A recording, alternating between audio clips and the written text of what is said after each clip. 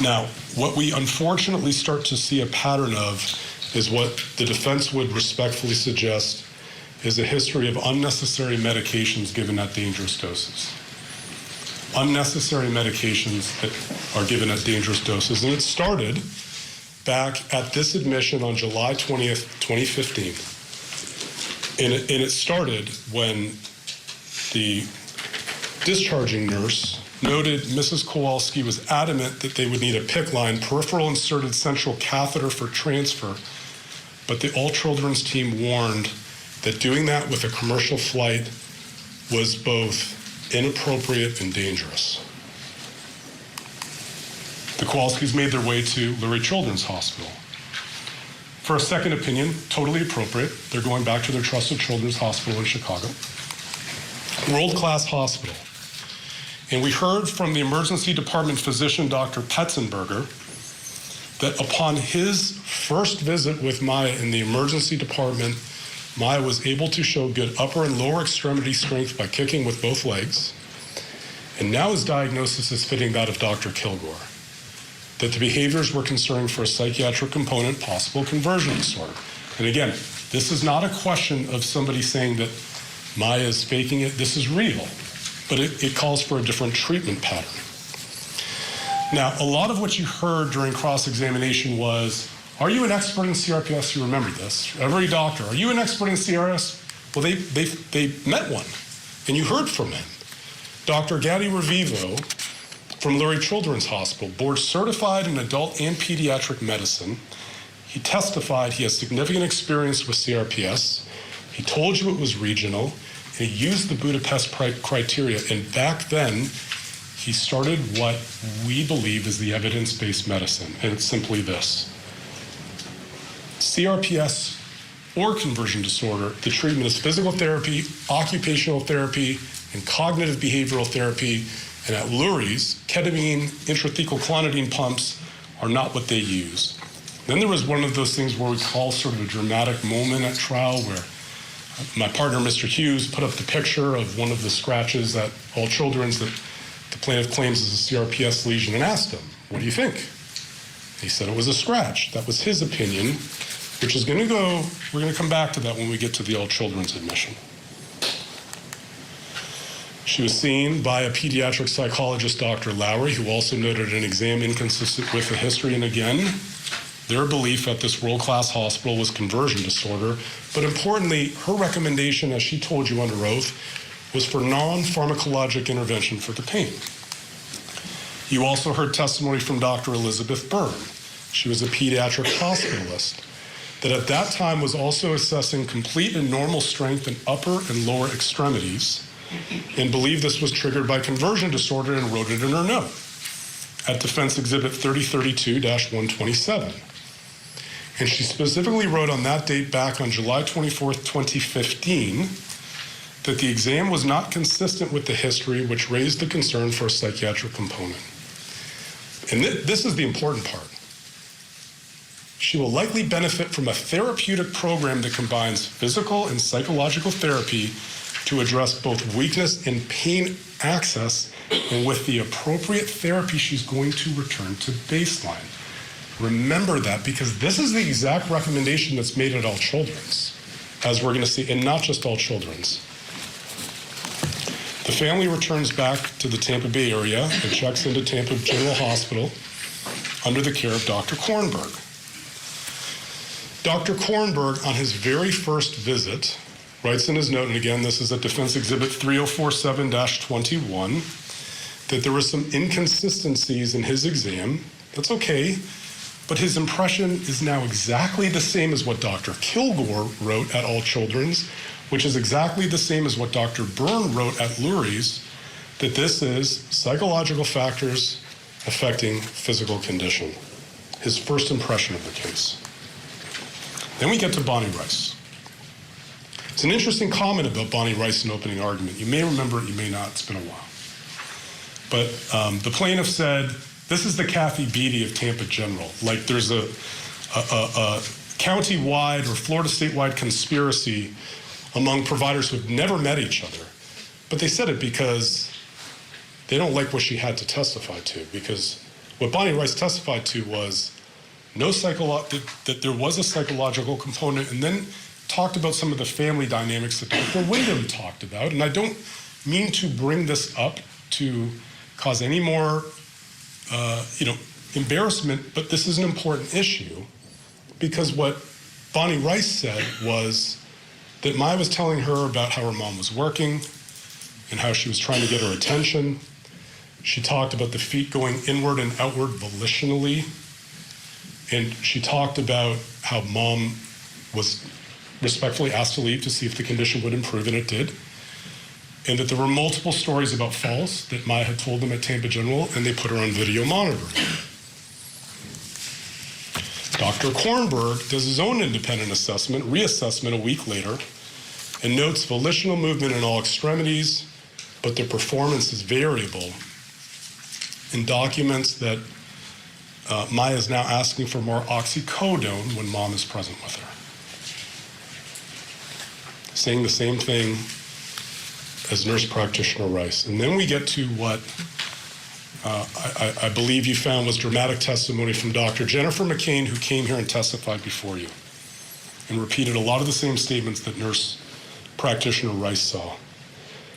And the neuropsychologist, the director of pediatric neuropsychology at Tampa General, testified to what she wrote in real time about Maya being upset with her mom always working, about Maya having difficulty with movement in that discussion.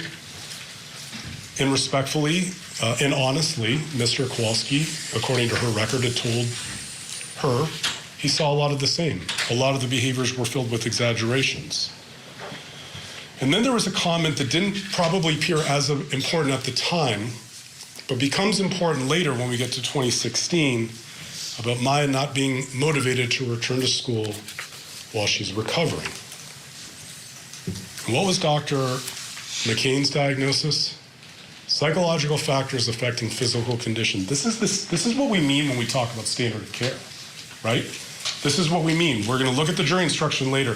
What do similarly situated healthcare providers do under similar situations? You can see the pattern here. And back in 2015, Dr. McCain was recommending follow-up for mental health professional services, including psychological and psychiatric.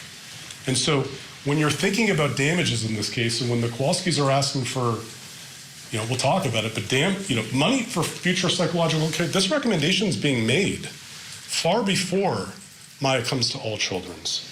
And then there was another dramatic moment at trial, and I think you remember it because it was sort of one of those silence is deafening moments where they showed Dr. McCain the video of Maya training. Ethen Shapiro delivering the closing argument on behalf of the defense, representing All Children's Hospital, Johns Hopkins Hospital, All Children's. We'll get a break in here, and we'll pick it up right where we left off after the break. Stay with us. There's a tragic outcome in this case. Civil trial that is the focus of the Netflix documentary Take Care of Maya. How a misdiagnosis tore their family apart. They continue to accuse Jack and Beata of being child abusers. Jack called me and said Beata just hung herself. Is the hospital they're suing responsible for what happened? The Take Care of Maya trial. Trial coverage today on Court TV.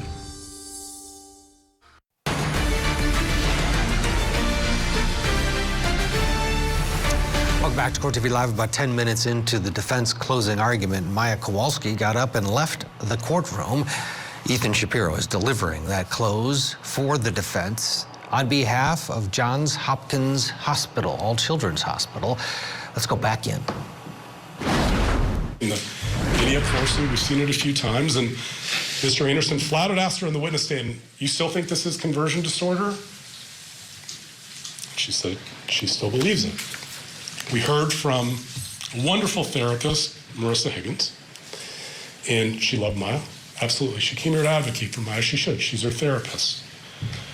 But she had to also acknowledge the uncomfortable fact is that Defense Exhibit 3047, 3055, page 7, that there was a difference in behavior when Maya was with her mom versus when Maya was on her own. And she noted attitude of family attitude of self. And if you're wondering, why am I going through all this? Because Mr. Anderson just sat up here and told you, why did all children suddenly have alarms raised? Where did this come from? The pattern is building. It wasn't just them. On the discharge summary from Dr. Kornberg, who you heard from, who, by the way, we had to read him. No one was wearing wigs to have a moment of fun, but we had to read his testimony. He flatly denied saying that he was going to break Maya's legs, and his nurse practitioner said that's not anything this kind doctor would do. But now, after being seen by pediatric intensivists, neuropsychology, psychiatry, neurology, dietitians, undergoing an EMG study where they're putting needles, arms, back, everywhere, which was fully tolerated without any sense of pain, this was the discharge diagnosis at Tampa General. Suspected conversion disorder versus factitious disorder. And all they recommended at Tampa General was this. If you go through physical therapy, occupational therapy, it's going to be painful, right? You're going to have to work through this. Non-narcotic medication, maybe some medication for pain control, you're going to improve and recover. That's what Dr. McCain testified to when she was on the stand. My belief is this child is going to recover and be back in school in August. And Dr. Kornberg reinforced it when he said to the Kowalskis, stop taking these medications, including the oxycodone. I'm going to try to orient you to some of these events by what I call little charts, because it's a lot of information to take in. This is just my sort of demonstrative to show you that in what's less than 2 months, from July 4th, we go from wheelchair to hospital, 3 diagnoses at All Children's, Lurie Children's, and Tampa General, 3 world-class institutions, multiple specialists seen by pediatric neurologists. They've all coalesced around the same diagnosis. Suspected conversion disorder. That doesn't mean your pain isn't real. It just means what you need is physical therapy, occupational therapy, and cognitive behavioral therapy. And you should return to normal. And by the way, not just them, right? Not just them. Defense exhibit, actually this is joint exhibit, the J is joint. Joint exhibit 1066, number 3. Dr. Wassenaar, their trusted pediatrician, what did he say?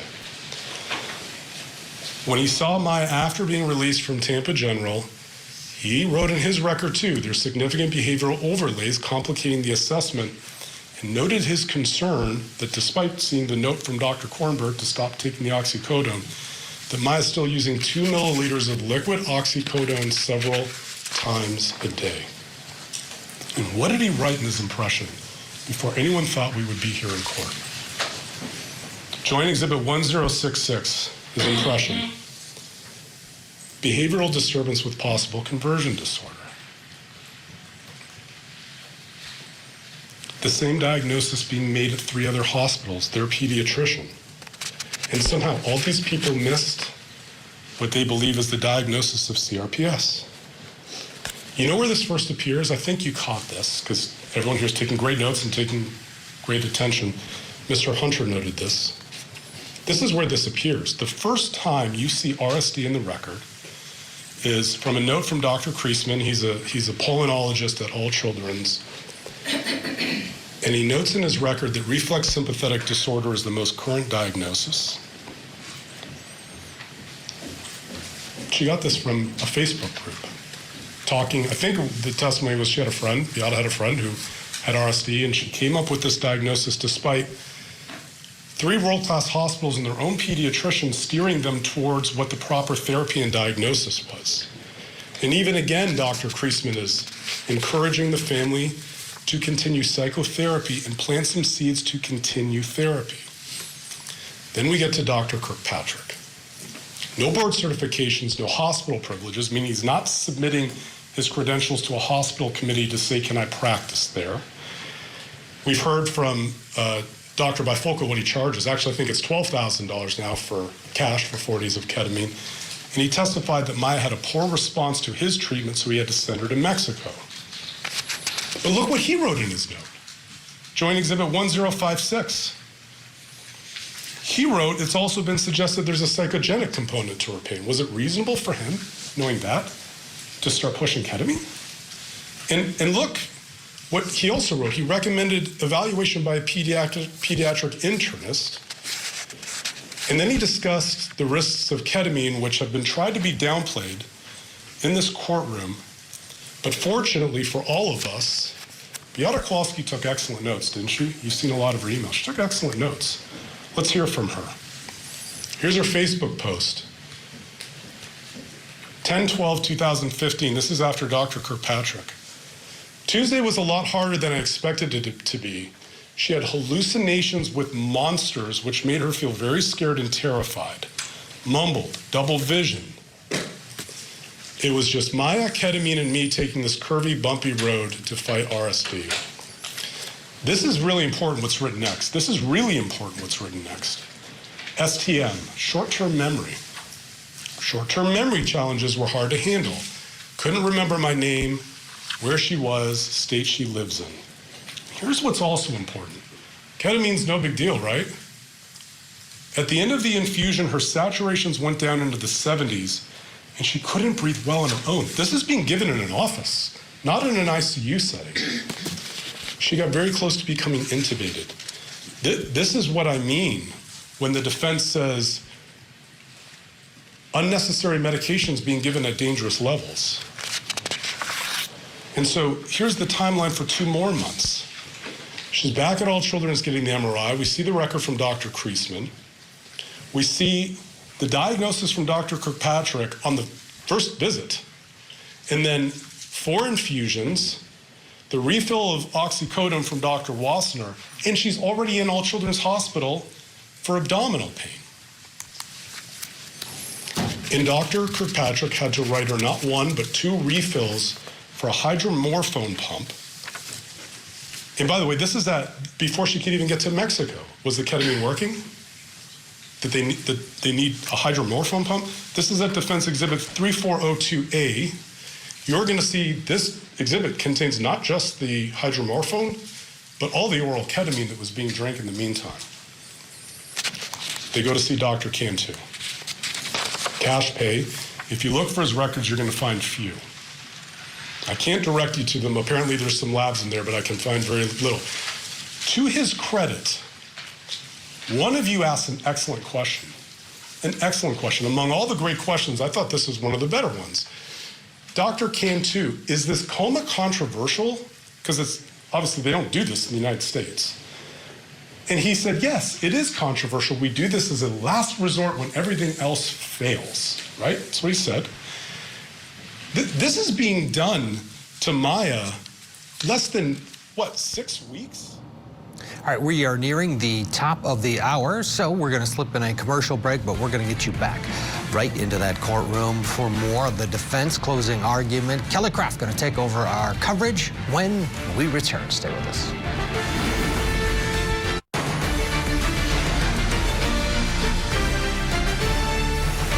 And good morning, everyone. This is Court TV Live. I'm Kelly Craft, sitting in today for Ted Rollins. Closing arguments are underway in the $200 million civil lawsuit against Johns Hopkins All Children's Hospital in Florida. The Maya Kowalski family is suing the hospital for false imprisonment as well as medical malpractice.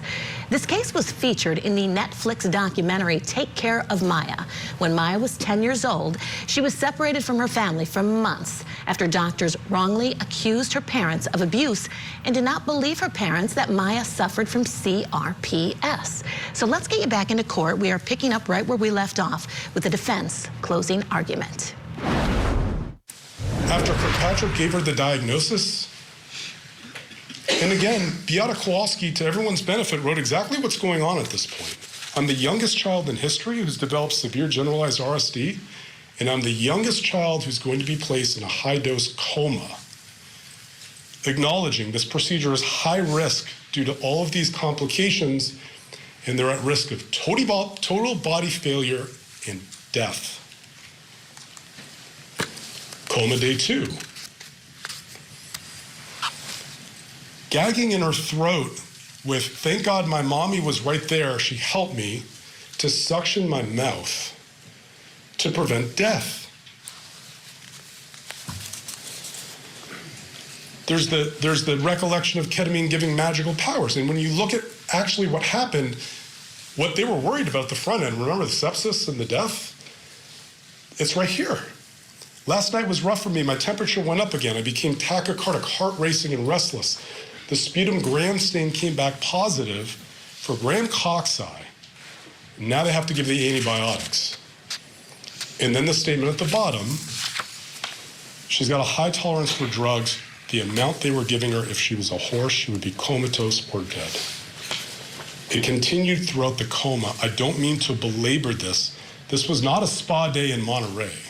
This was a very dangerous procedure that almost ended her life. All of these are back in evidence at Defense Exhibit 3148. Upon return to the United States, they saw allergist and immunologist Dr. Alvin Mendez. He came and testified to you. You remember his testimony. He talked about that, again, just like Dr. Wyndham, he didn't see the asthma, normal lung function. He also expressed his concern about all the steroids she's getting, unnecessary medications at dangerous levels, and that, as he wrote in his note, he was concerned about a psychological component to this. He said Munchausen's by proxy. So when the plaintiff said, after Dr. Kirkpatrick got involved, nobody ever suspected anything other than CRPS, not true, not true. Dr. Mendez did, and he put this on a letter to Dr. Wassner.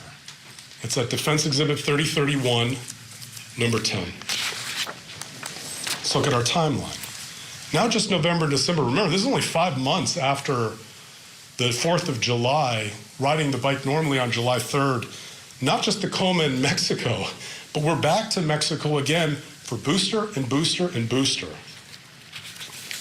And they want to tell you the ketamine's working. Well, let's see if it worked. Beata Kowalski to Beata Kowalski. Relapse January 13th. Blurred vision, massive headache.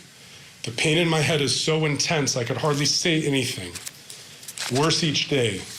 Relapse. And by the way, look at the last line. I was taking the ketamine ATC around the clock every 3.5 hours. So when you look at the chart of infusions, does it include the ketamine she's drinking, the anesthetic that she's drinking? This is in addition to that. We get to Dr. Hanna, and again, no hospital privileges. Advertises his services at ivketamine.com and nopainhanna.com. No referral, told you he didn't know whether any psychological counseling is going on. He's the one who prescribed the oral ketamine. And fortunately for all of us, Dr. Hanna puts in his records these, you've seen these. He does it almost for every visit. January 25th, 2016, quality of life is 2. After the coma, after all those boosters, after Kirkpatrick, and then we get to Dr. Barr.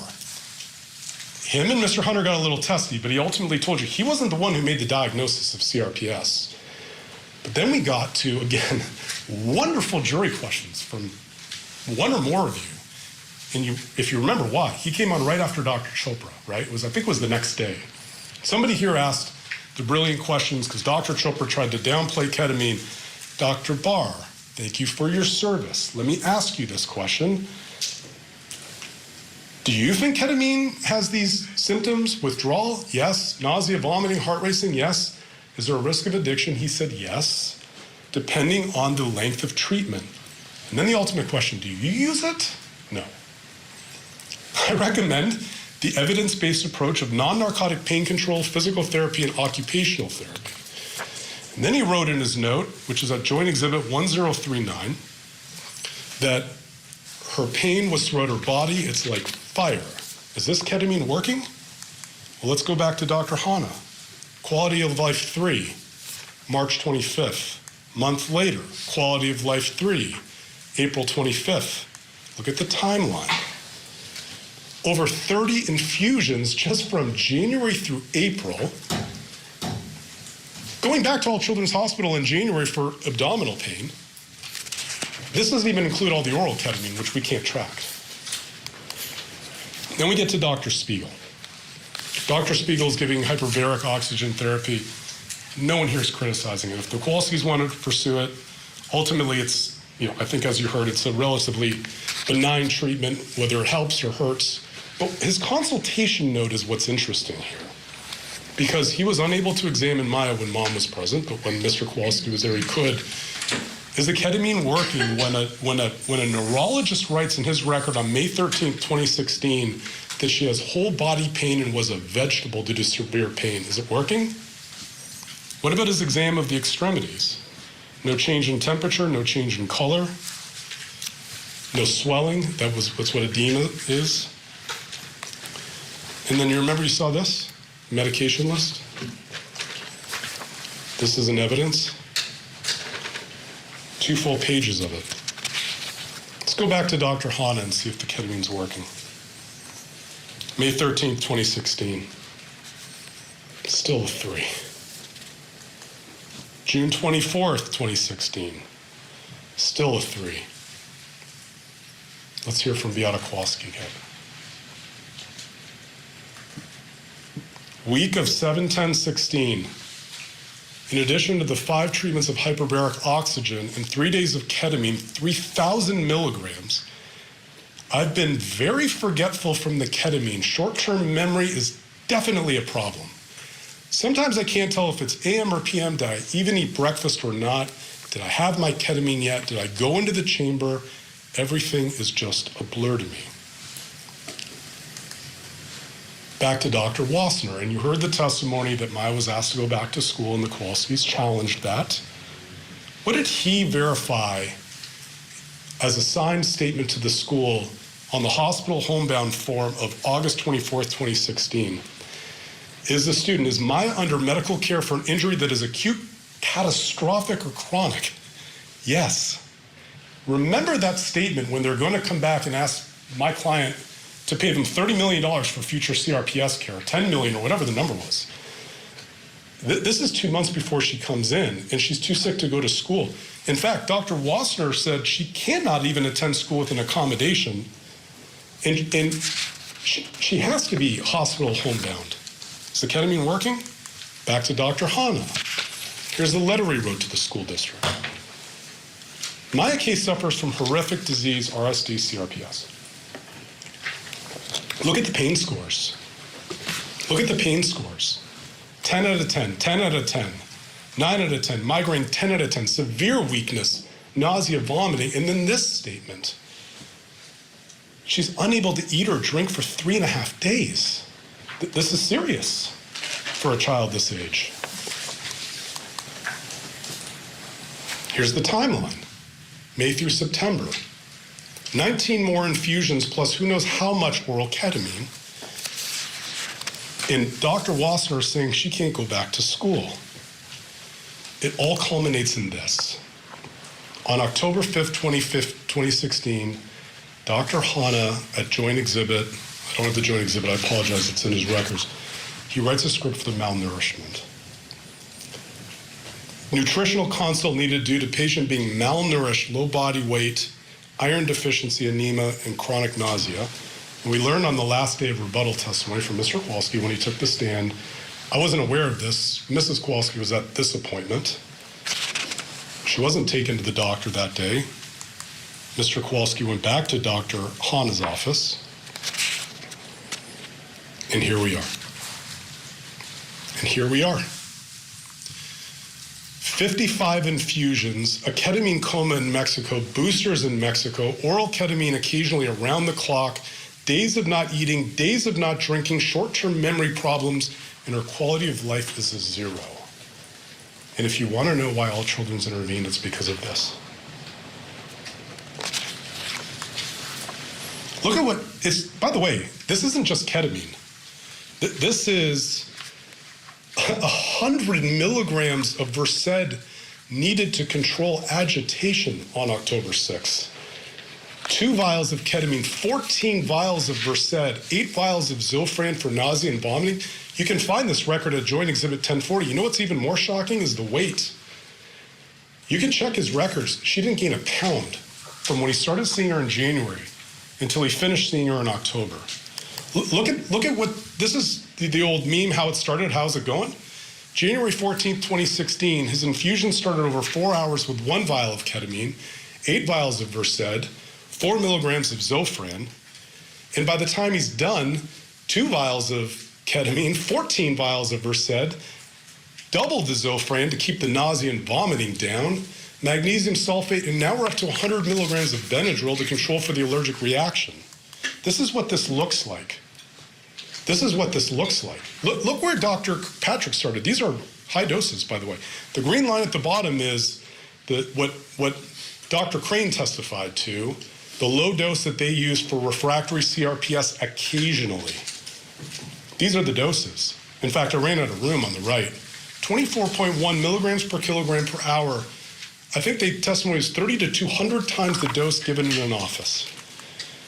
And to Dr. Hanna's credit, he did say, I sent her to All Children's because I failed to help her.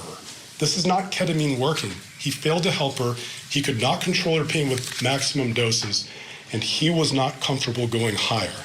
You have heard a lot about the hurricane, right? Like why are the Kowalskis so insistent on saying when we went up for a hurricane, we know they were staying at the Ronald McDonald House? Because they know if this is true, what Dr. Hanna said, it's an admission that the ketamine failed. It's an admission that the ketamine failed. And now we get to my client's institution, the hospital that I have the privilege to represent.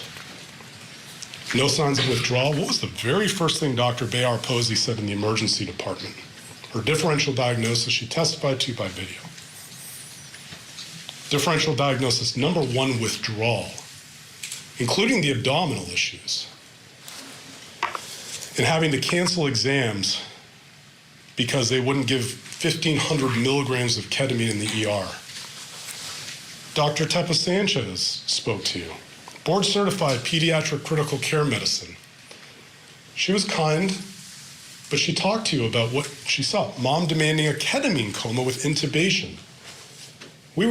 This allegation that we're trying to falsely imprison her, we were trying to transfer her from moment one because we are not an acute care, a chronic care facility that at that time was able to treat, whether it was psychosomatic disorder or whether this was complex regional pain syndrome, that required long-term treatment.